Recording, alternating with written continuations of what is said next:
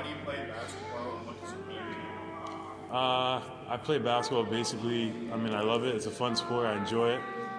My older brothers played it. I had a cousin that played in it. He played in the NBA D League and amongst a lot of different competitions. So, what it means to me, basketball, it's a competitive sport.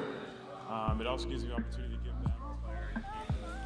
I would say, I think as Canadians, we're seen as underdogs, so automatically it makes it a little bit tough for us.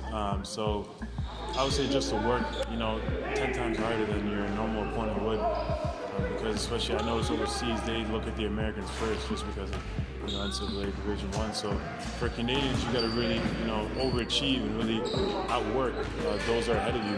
And I'm a living testimony of working hard. So I would just say just work harder than your opponent. What's it mean for the NBA?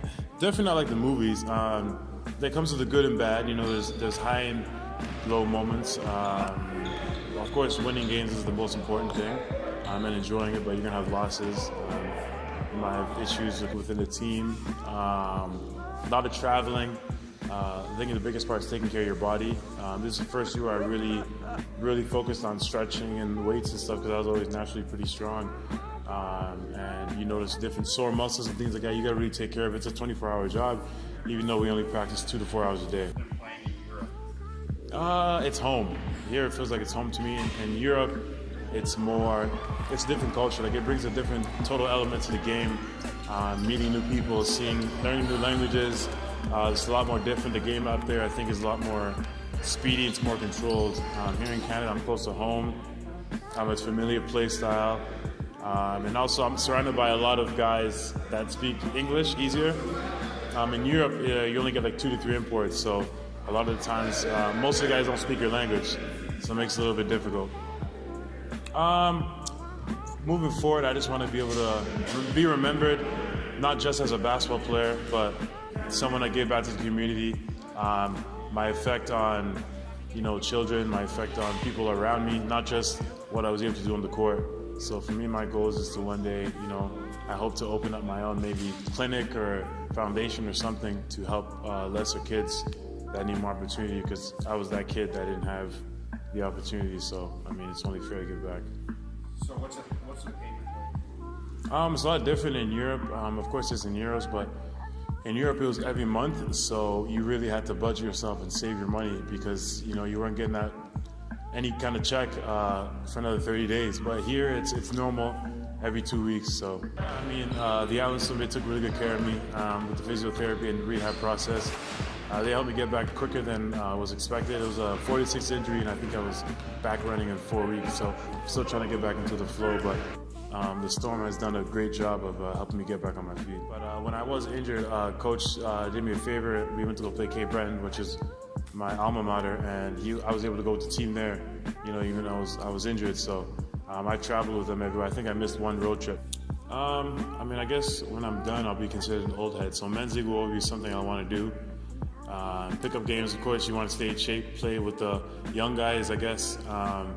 But for me, men's league for sure. When I'm done hanging them up, I want to be able to give back, like I said, to the community. I can't overstate that enough. Being able to help children, tell my story to other kids that maybe were in the same position I was as a professional athlete before I was a professional athlete, and just tell them that you can do it as long as you put in the work and you're able to chase your dreams, and good things will happen.